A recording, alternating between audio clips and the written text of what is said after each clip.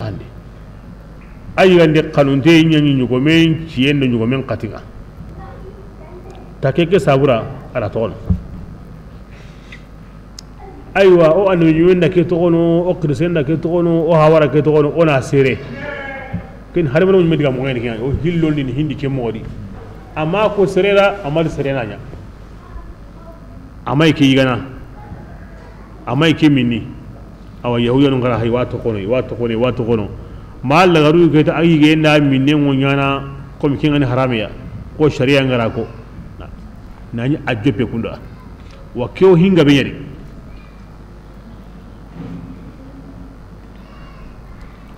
yo keni aken sharia nga oku sharia angana kemme take wutu antal lazimini anna dabari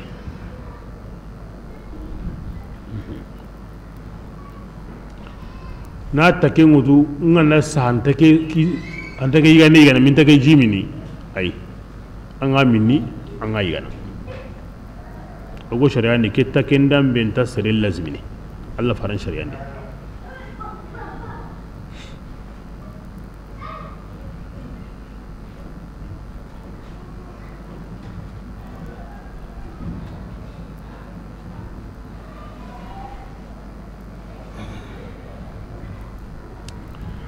ogo sharia ni takebe gawo sharia lazimini kinyen himbe kanun tengani nan kaso anga ne ken take ngudu kindi kimbu kanun na gem pakendi anyangem pakendi wajibi sali halan salle nkan arkan nagati ahal arkan nagati nahila yani min arrawatib sirebe gana takengudu alla gandin sahandi ntaka ken salle la ka wala qari kibla anken kamanen paken antar ka wala qari sun qaso nga buwari farran sumen tanu anda takengudu ke qaso di ngobitu hilisumuna di alla da ba takeni mo danta nuya takki jongi demono kempa yo komi akuba danke alla ganda kenyi dan kaw kenyana ngana saha ngo ke sumunu ngana saha ngo ke sadaka ngana saha ngo ke sallin kebrenga sallin siren nan qaso sadaka nen siren nan qaso sumun siren nan qaso kebra angana ken takengutu ngo ke lazimini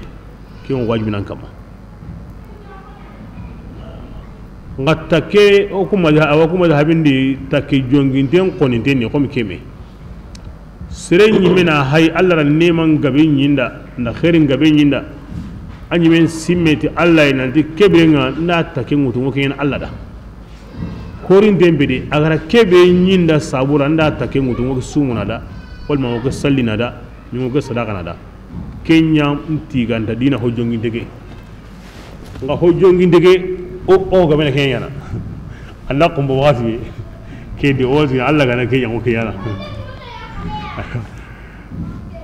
o basi dai akawante he ga himbe ga tiganda ke ni bana ke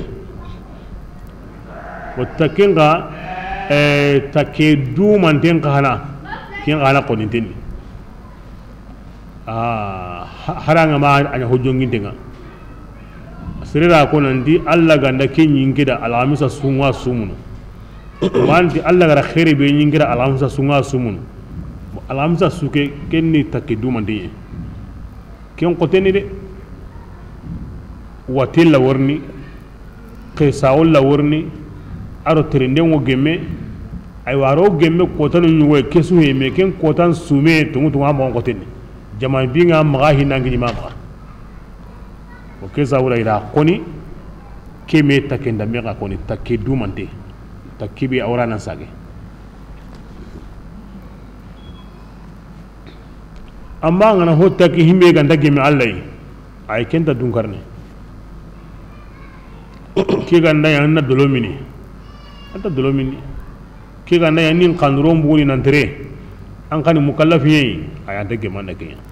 nin ta duron tendi ay anta gemanda ku take makruhu anta kente manini take haramin ngodi kan paramden nan qaso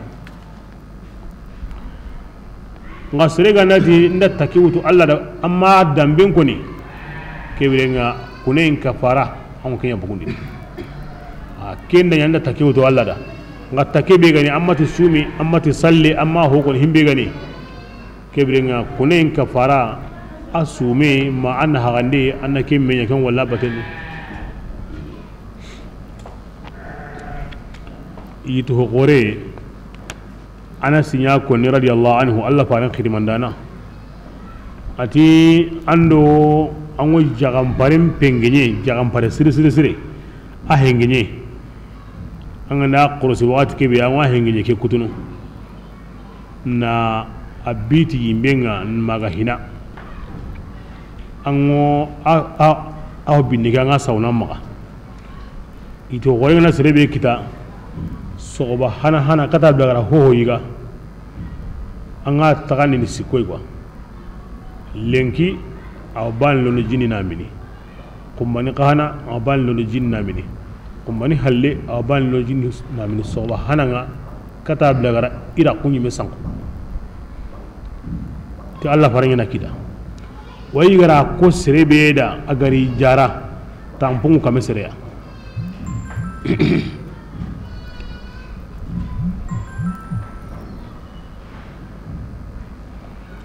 bismillah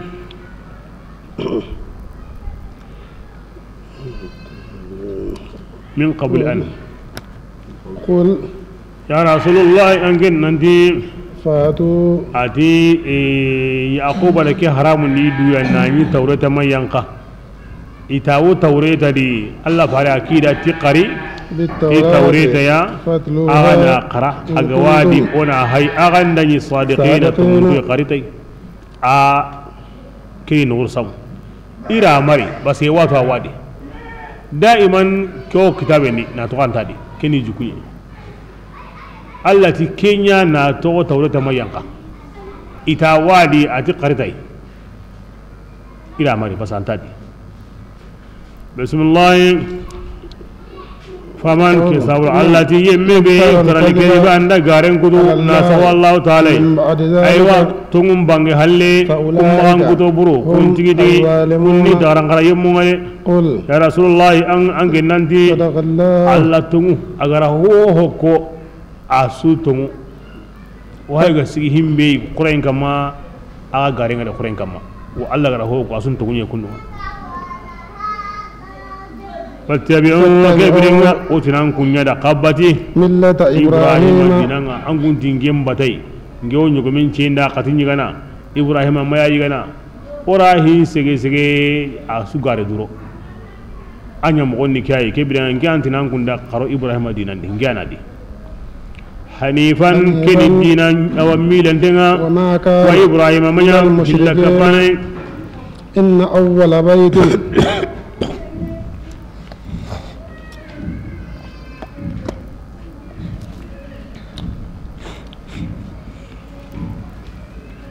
iti qari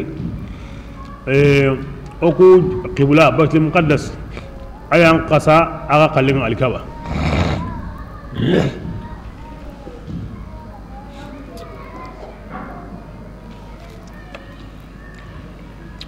daiman inidu wallahi adita na ko agalira mobe himbe gan qasa himbe gan takasa alla na kentu alla ri garande ati dangani inna awwala baytin kompe hanana be udia igara ken kompe sigindi batirai linnasi serunda ngani munyendi lalladhi ati wallahi kenye kompe be bakkada aga bakka dingiranga alkaba go korni haqebe munyankotendi kiya to bakka mubarakan an kun de badli muqaddasin qasa alkabai tagay hana be ga kori munyankoten kamma nanti serunan batai kenye ni kitagay be kori dengo ke munyankote haqaya kebrenga aro tagayinta futun me munyen kama kaso yendi ay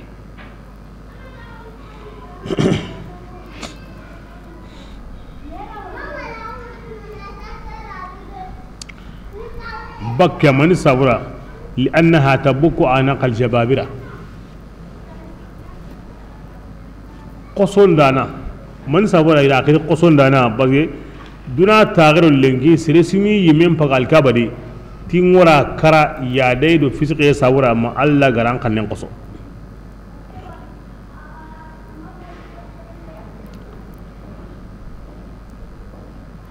wa junubun nga gabo mo aw qoseneno haju nga gabo mo anda ga kiyenta ino Allah nya ga tayno a qoseneno wa ten gabo mo anda kiyeno a qoseneno kiya sawuni akhir albak ko buren su yankiranda qosra kin alkaban kunyi bismillah مباركا ke kombe ni kombe barkan dinye وهدى adi kombe ke ni kanda inye للعالمين hon su ko homandenda li annahu qiblat al alamin taga hon su jonko dingiranye ni himbe gari jonko indem bugay anda ya tanyi me Allah ma kanda bismillah فيه آيات adi tago man cha qase gabe wa no gonni بينات ibangantini hatta li an haris da sai wono imanye mehna مقام إبراهيم ibrahima ga sigi grebe kamma ke wugine gabe sine halle har sa awono atam batenga kamma har sa wono ومن awo gilli a ayanunga awo golli sire awo jidini nonga awo gilli a ayanunga yelingin jamanga ne kampini inda tinto alkabaya iwo sankini adron tagun sabura inta kampina kamundi ko ga kambi akamundi kempa ya barka munduna wate yugo kenga awa munda idangi inteke abarke ni sahande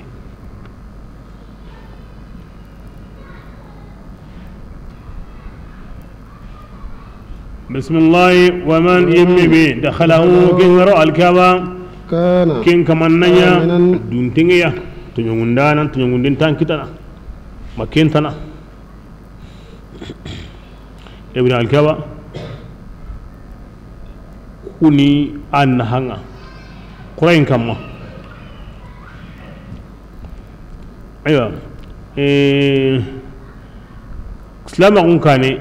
har tambo tugay aga ndaro no iwa to kono sirendo i horen tambo gumen o gemme nonga ko hontadi amma islama kun pallesa anko madhhabinun tabana ke duntinga gori imam malik do shafi'i maga sere ganda sere kari iga kiti tankara meya awrurono alkaba ke duntinga ko mundu yen sabu dangani ay kuma habi gumu hillitude oqtus minhu titambo ngotu genadi basa wal hurumat qisas alkaba la hurmanan sabata maga ogo golli burin nyanga ngolli burin sigin na de kinya sigi alkaba go to qosoro balanga na keto no alla garu aw alkaba yimme bidanya nasir karana ngabi hanifadati ona to no hina nka umma ji kinai umma yigande kinai sirira maga masala maga khibare kinai maga demati hoya ja ko yan wala wuri bugande o ana bugu wati ki ona daga kindi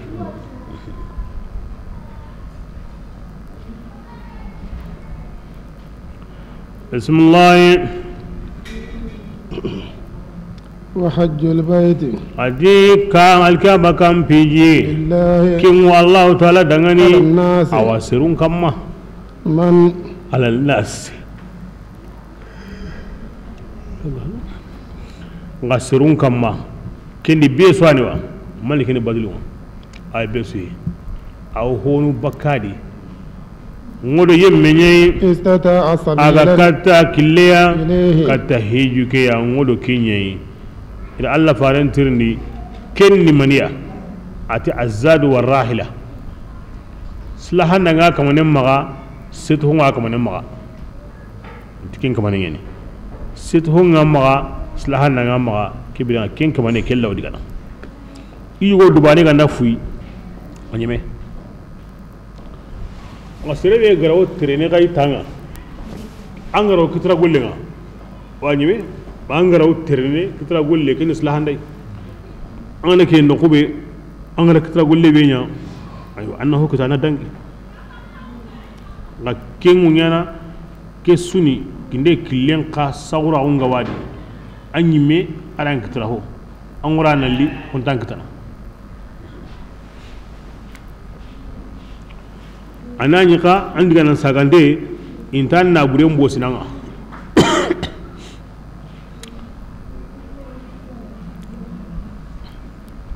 bismillah ومن adi yemme be كفر aganda ka rawti allahi wal ma alla farda ke be ko sehingan hijunga فإن الله تعالى غني karana nyani عن العالمين bakata ko honsu ko hamonde maga iri batiyensu aha jakkan ni farda nyai ma difference ni wala farda kutukuna ash-shahada orno tikin islam agonde sirebe gama ko kahiriya aywa anko amugi kimbalanga ken kahirinya de himbe godo kahirin na kenya na onan no mena anna sagal lengi wal al jihad al gharni ko ne makalle sallin ka farda nyani sirebe gam awa gati sallin ni garenga amma tungen ngenta nyana onan du kwa salli wakati ndangi agama sala al gharni karnde sume mo ke mogodi sirebe ga na bara sumun islamiya awa iwan kitindini agama dungi aywa kum lenginda ikide nga kuti lengia wuro ke salatu ngane qilli agama ngani yanan sum aw kala jakani to ngin dabu nini akini wakati ngana kiye ama dungi mo osuri ina jako ligay agama dungi haraganda anyu ngina rada kan har bantai donc na to ke so ke mogodi amma hijun kalle ay sirebe ganda bara hijini Allah batu da hinka manin kare bazana hijin do ku indabana shahadan ko ninda ko ni malagu oro baka kin sero o kin qalama aywa sallen yayna nyambalagu oro baka kin sera o wa qalama jaka ngama anta ma oro baka sera oro baka qalama asuma masumu kin ya garo tuni me hijum mo be ga kai man sata ile sabilan amon kote anaya nyagala sirga be rawara asewara an wani ni fi nafsi al-amr aranta sentada akitayenta baka ma sahanta baka ai me awkinta ke sawra amati sirebe ga makinya tikken kamanin hana ankara kin balle awina nyagala sirga be hijun sewada ya sentada sirgabe hijun sahanga da wani na sahanta da yunka siro siri ganda bara hijini na ya sewa da kallin da ya kama ninga autin Allah ndugu hiju bi hayirni ille wa hijini agar himbe war hijanu da khairiya aro agar himbe wari ike hijin balida boneya ado nimsiya awon Allah ni dugu har kin andani ara golle sire sunya khair suwa kaneno hiju ke barajin gaura na to awti Allah sigi honne ma in karin nan piji bismillah قل hiju ala muqannin di awriyan al qasid na hon kare kare nga shariyan kan ni batiye nyugani anta sorno himbe halle kinin alkawara wanga tanyeru nan tere safa da marwa na tanyeru nan sigi arafa o ko madhabindi ay banan nguro nyugone nan nyino mo kare karende ya ay wa namu yem palle kuso yana namu yem palle farda kare karende nyani islamin kama an wundi tabane aganda yi shartin da me kitanga slahan da ngono set hongono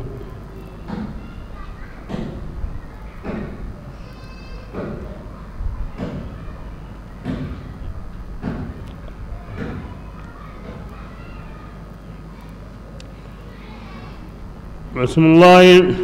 قل rasulullah angin nanti يا kitabe dungonu mani sabu dangani ala kafirawo ti Allah ta'ala qur'an ayanunga Allah ta'ala ayani shedanga hukamma ta'maluna bokin gullini قل ya rasulullah angin nanti ya kitabe dungonu mani sabu dangani aw yimmin kabana bakarun alla dinanni yimme be gatungonni تبغونها an kungo aga dina kemunda عوجا nanya dina nyengende ya وأنتم an ku nyimme shuhada aga watu nanti tigi tigi dina be alla ga dugene tay kin islam agunga aw kento wa ma allah alla qamanya ti togonda na golle burunga tamaluna go ken golle يا أيها oti yahudi an golle ni anta tampini anta wancana ahare ahtu dos la kama na islaminum bonondita no wara meya no hinum bonondo ma ki hay gilli alla faren kinya hay kay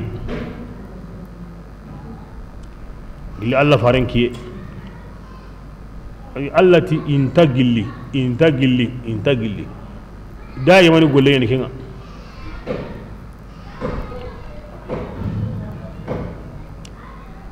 e kotanga yahudiya nyuguyani addanginde awsura khazraj ikunga wi munda mobe immo qase na me qoni na me kari na boge ikunna hana kenyadi aha kebirenga hona ka hukei kebirenga ona kahu ohili na kahu ni subolli dome hatta al'an keni golinga inaga warame anda ka jawati be ho kapake i kamana an kum benu wani bani ga bugu mede i kamana an kunya bolli na telli ma aga dangi awsul khazraj gemengi do menaga iwo soyini dome iwo sangana dome iwo sallini dome iwo me yagini iwo konnu ngena dome konna ko bigido menaga dina sunya dina bani a ke talu akem ma ko na handa kedi duna ta honun gemendo iro yendi bake dome kunna handa kendi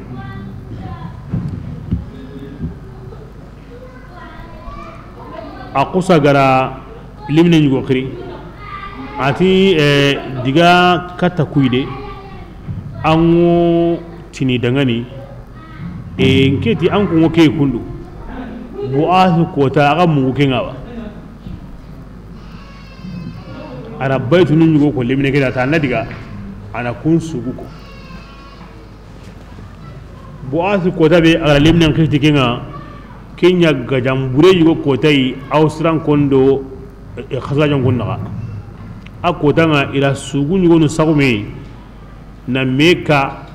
bane suni banen ka ni du tiga ni du wara kamundi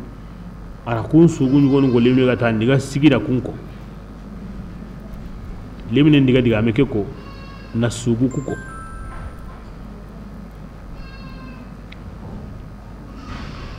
kenga ya bane awa yugungiri labonna minna anka hanna minna anta minna be suro yugunyo kende khare kem pakati malika nyanga Allah farenga jibril ku ayonu bin hega jopege na wutu yire ya ayyuha alladhina amanu katal'allakum tahtadun nakum ayonu ko Allah farenda Allah ti kunnuma ambugu kampallinga sisa madina hay karene deben su bugu ira menyi kampallinga wara me kare Allah farenda ni ato intaqene me bana kambal hon sunyeme asigiro me na at islaminu har sanku ngol dugene ina ga qirti jahila gum pakatin to gonga yoma buas kene woni unangu muasa jahila on pakatin to war sanku ngol dugene ina qirti ke ngangu na kenyi min gewa ro me na ga hina har madiga alla nya halle na ga darut islam gonga samunta on pi burenda liki qote na ken kutubaka ga kama alla nya halle na ga domindi al ayanu ko qara ni qara nan ka way me wajunde ke ken no qusu iratu nanti iblis ya bateni wa asabuni islam on konne ka yahudiya ke ira tamundo labon na ka hanun siri khari himbe no yurni wurukata me si sana me kari i wurukata me khari na me qannen sumbuna me abraze sisa jabir ibn abdullah nkema keme kota wari kota teremburunte ma me kota ka wari nyagaliye kota sere be no bugu on diga me kursi ken sigira bane gari kunna kursi no ngara na ngurna juru medi Allah ko sul lagam da qur'ana di ona tu intara ke walla nga o makata tunu o makata famu iganda giri o gili ndati himbe otike ho hon tak mono warame i halle ho hon tak mono o choro i halle no di monati mani to ma gayalle mum billi joge magantadi بالعكس يادي جون ده هيمي ما يمي كمان كنيا ديما مصري دائما يجوا كوني كنيا جيمين غوار دون يكون نحن تكني سوغ ينغا ونو دون كبيرنغا سوغ اللي ممبلي نو سبولي أتين سورة أبو تليباني هذه من جان يهودية من جان نصارى هاي أنكلي أنتanga أبدا ما تاني ميغا نيجي القرآن هو سينو ده تكيني نكون هربان انتنيا نادي بسم الله يا أيها آية نبينو كيني الله فارغا أمبو كاتيا كيني هكا جوبي يا يمو الذين يمو بينو أمة مني إلا غندبتي جمعيا إلا يموها إغرى كتاب كنكوها يونيانا ساوينا غساقني آتمون دم بالي كافرين يواغينا كاهرين ويدي وكيف قمغني تكفرون أنكم ودغنيانا كاهريا أنكم تتلا آيات الله وألا آيان قرنا أكما أنكم ندغنيا حرسا كاهري قرآن ومغا وفيكم رسوله نانكه الله فارني مو هنا غدي ومن يمبي على تيجي الله تعالى ديننا إن كمان كده كن كان إلى صراط أو كل كم مستقيم كن تلمودني يا يمو بينكم غتوني أكانوا الله حق تقاته وبي الله كان قبنا كانوا كم قدي نبتو ما كوتا نكوفا ما فسرنا الله هنكو دائما ما مونغي Allah do mo be gan qaba on Allah nya kundunga sabon de Allah fare to nguto ngoni me ken goten Allah fare koraw kenga aywa ayalli ke qonani nka fattaqullaha mastata'tum angaro kanna Allah mo be an kanu dangan baqay ken dabari akiyo manidi fil ma'murat Allah gati qasalli angaro salli ni mogobe sigan nan tilemu angana konto sembe angana konto tawu angana konto awa sembe magon sakin somo angana konto akuta na mini angana saha annatuka wate gawanga materne gawanga inda dangi annatuka jaka angana magana kanta maganyime diga hiji angara wana angara tanyime don ho gani khairiya kini masata'tu be kharake to no alla wala tanta kenni de maga fay alla tanta kenni maga gara maga ribani ga konsu maga jene besu ko gani haramiya ke to no besu mbana kenni nga ko sire kharakenya kenni an se ko mpakenga bo ke ko ni amunda hasa himbe wene khasunga aywa kun koni wattaqullaha haqqa tuqatihi kene kun kallen bal Allah ko mun wono kun wa annabi nyimmun tabaten kamma iwo idi bate an mun nyimmun ngani ma'sum nga mo be kun wa widu qotol no khano kem mo bane ni idu tangana kun yugonuti ibn farad rahimahullah لو خطرت لي في سواك إرادة على خاطري يوما حكمت بردتي أتيك بن فرض كوتان تلباننا لا مريند تليك سندمندي لندي إكي مي تكندو والما إكي مي ركيان إي ميعونكوي ما تغهو ميعونكوي هودي i me maga ibu kitini nanti inya yele tege yemenga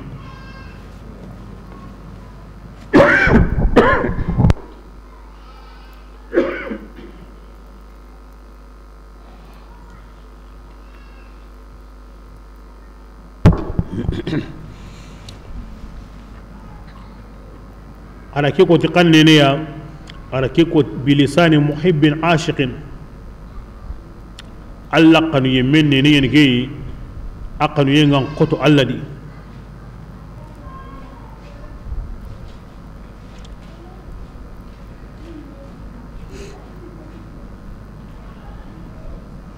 bismillah bayan maratawan mu kiyamu wadi wa aya hana aya bani ke kin ko ni amun daga ni ala sabili wujub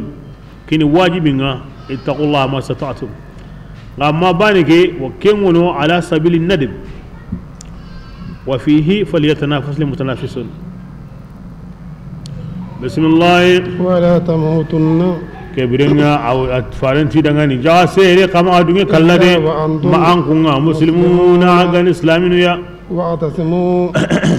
agan tigiti ya Allah taala dinan kajinga asususu ولا تفرقوا kama abore bore واذكروا agan simme Allah taala nemanga عليكم agan nema biya kama ya ausudu khazraj qasimme kengade إذ birenyani كنتم an kun islam ha kane agan qonna qotuya ألف Allah taala domindi aga sondo mun nagal islam agunga aga lagari ni akhibane ti Allah taala nemanga وكنتم an kunyi islam agungane aga yimbe kankunge kamma aga ni kumme kankunge kamma minan nari gilli yimbe kummenga فأنقذكم Allah taala raga kisindi abakka kinga tilimanan kankunga kankunge ni maniya an gana munyenyema jinga akummenga kane ken kankunga na ti munyenga na munyenga nyime aga maka koy himbe ga wa kane kummega di yimbe kummen ba na nyaga kane aga ni kalla na ga to aga mo kasigedi Allah ra kisindi kenga kenne ndaka nyana yimbe de kari nan to ko Allah faran bate يبين الله آياته الله تعالى آيان بانغاني كذلك كم غيادي أنكم دغاني أو سينانكم تهتدون أغانا كندي آيان أنكين الله فارنغا أمبوغتيا أنا خريدا ni mogo kasenko adu igawo mogo be sisa asirama wajini tikinyi nema be anga wadi anga kintu anga ni tora bedi awa gina nganta ya karamu ni neman ko ni dumi mo wanda kenya dabarande ke sawura Allah o kum wajunu ti neman ayan ka kunyedi wa ayran ka benya o khirni bes ka muslimin su kam am motu yahudu nga am motu nasara nga golle su gawiya na islam ba ko islam jamaa na ka sanki banen inda ka hunde ngari na ga munde ngari bane ani toro na ko mi ke gara ka yahudiya toro mo be e ka ganda tore inda sigi kununga de himbe ga yebute murana ina kenya nyana kenni mani aga jaman sanki mo aga me kari mo ila kemme ngandari on simme kiya ke kota nga kenya kundwa kiyanki de iga sabari bismillah ولتكن أمة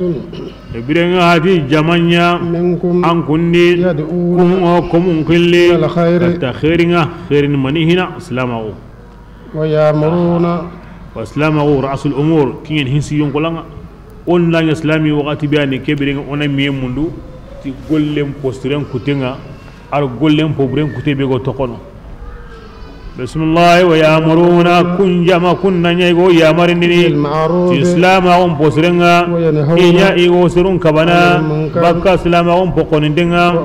ati وأولئك ku golli nyangano wa ko tigi tigi المفلحون. wa taqi qore gumu yade min gollinga ni kiray na kumun khri katta islama on na kumun nyamal husringa ni hata hoburenga ati kun kamanun qahana taqi qore wi dangani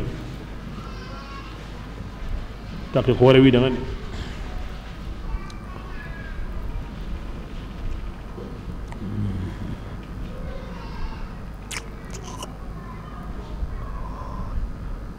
ولتكن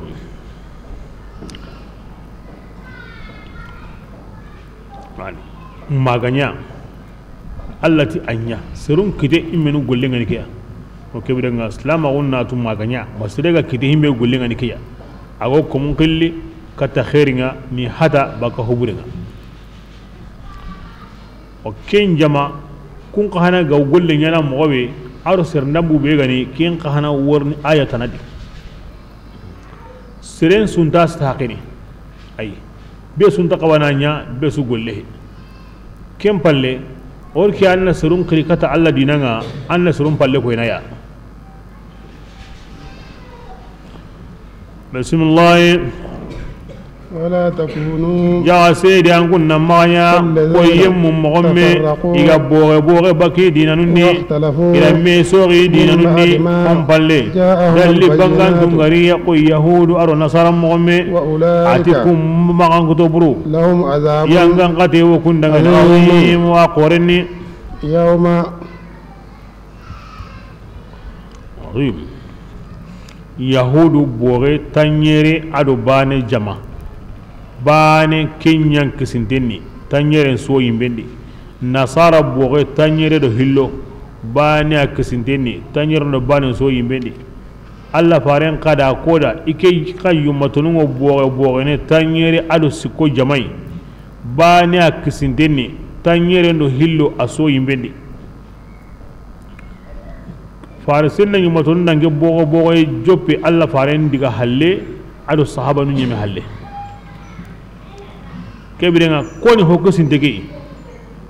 ngado be soti ni kyani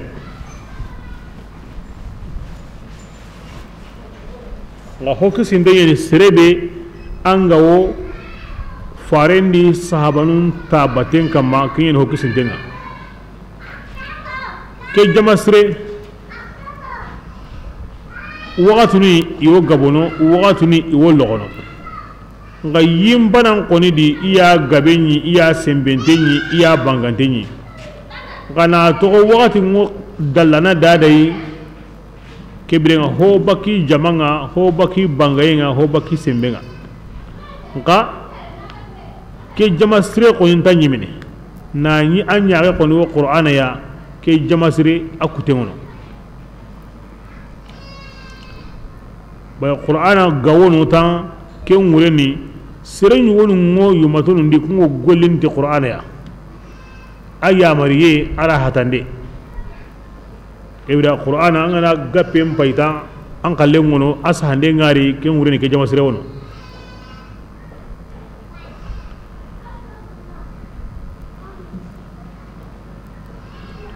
aywa an ganati jama sire wono wa hinum bega nyami mo be nan gabo idwa unga jabintenni kebirenga inta duwa unyana hari gamanya hotana koni dunan suro kenjabu owotini keme duwawu alla ma kinyan kandi no gondi alla ga makebe yankandi ko men gondi alla ta kinyana fa Allah subhanahu wa ta'ala aga watu dunan ta suro waqtiya antarna yankandi alla ko musrun no gondi tina duwawu nya alla suro tina duwawu nya dunan suro basana Allah ta munda ikunna ikinya ga hoyi himbe garantanya na ken sabura kanta hoyan kan ni no gondi nani ama himbe lamuru ama Allah kutu hina way kunyi minwa iyan sabarinta besu ko mantenga iya rawo inyonkinda na wara hokkote ngadina besu ya na like mutu na tagahonu munyi iya rawo kenga dina besu ya iya dungante ngoti Allah la kutondo Allah kitenga dina besu ko mantenga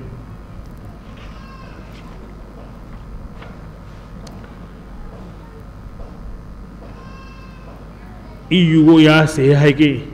arihi qalbaka al'ani وسلم له القضاء تفوز بالرضا فالأصل لا يتحول علامات أهل الله فينا ثلاثة أمان وتسليم والصبر مجمل أنصن دون تنبنتك الله هي النساء الله كيتي عنده كين الله كيتنا أنا كينيا باني أنو قصة غرتاقين كتاتي الله دونينا الله كان هيمبي ينتظر عنده كين كينا الله هي أنا تلسل انتهي دي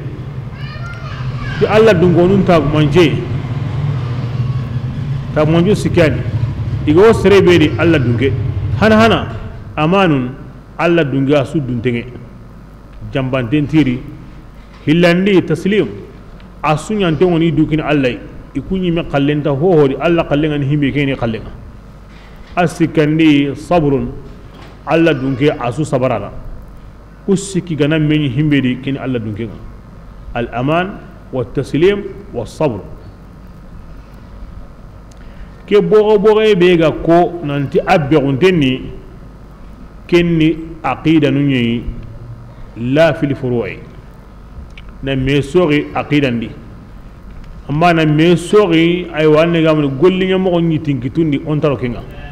aqida ni maniya ago wajib min islami kama anna himbe tawan sonno mendi nanti keni wajibi nga Allah haqqendi keni muhali nga Allah haqqendi kew gemi Allah haqqendi bo harun ka kemmo kinya to ni aqida kebrenga na me sori kedi kiyani mushkila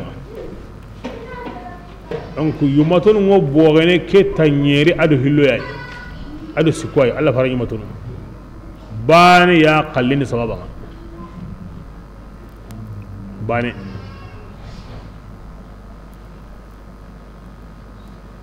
sunnan kitabun da koy ken sababa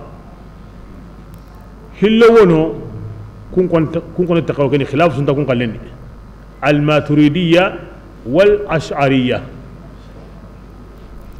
aqidatu al maturidiyya wal ash'ariyya sunnan kitabun da koy nandi aqida nu be sabatin dengani sikka ganta isa hanta gondi ku aqida nu hilli taqaw ken al maturidiyya كم في الشرق كم بكندي الأشعرية في الغرب كم كندي أو كم غيره أو عقيدة العقيدة الأشعرية هم بيقول واجبني الله أن يكم غدي هم بيقول مهالنا حقندي هم بيقول جماعة حقندي أدو هارو كينغرا فامو مغوي sahaba num mogondi faren diga mundi aya nundi na kebe wutu kinya hukum ghairi misal de ilam tugune wal ma ilam qori ho gabe kuntu gimbal agabuni yin akhir ash'ariyya kemme sahande tanawono aw fi sharq woni kan al maturidiyya ngaku aqidanu hilli e himbe ni tanyere yow himbe ni tanyere ro hillo yow ko il nda saka kuntu ko ngaba angana gutu ko ngi jonni baye woti ayti ko kahirinu ye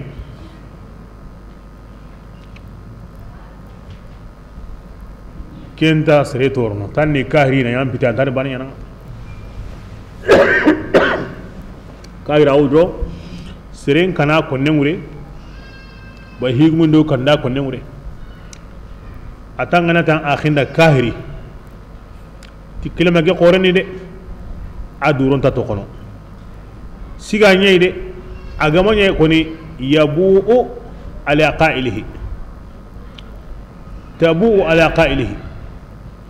agama nyai tangin be ga ta kahiri kenda wasaga nan ganyi me kamade kin Allah komu yi kana ko nemure idi ga na me so re mo na yi koni aw sallini inta kontono to ina sakanga inati al mu'tazila inati al kharijiyya inati al rafidiyya wa hakada inta kontono to ina sakanga anga makanu kengure yimbi galanda donc ko kende warni nan suq aqida ni kingene mushkilam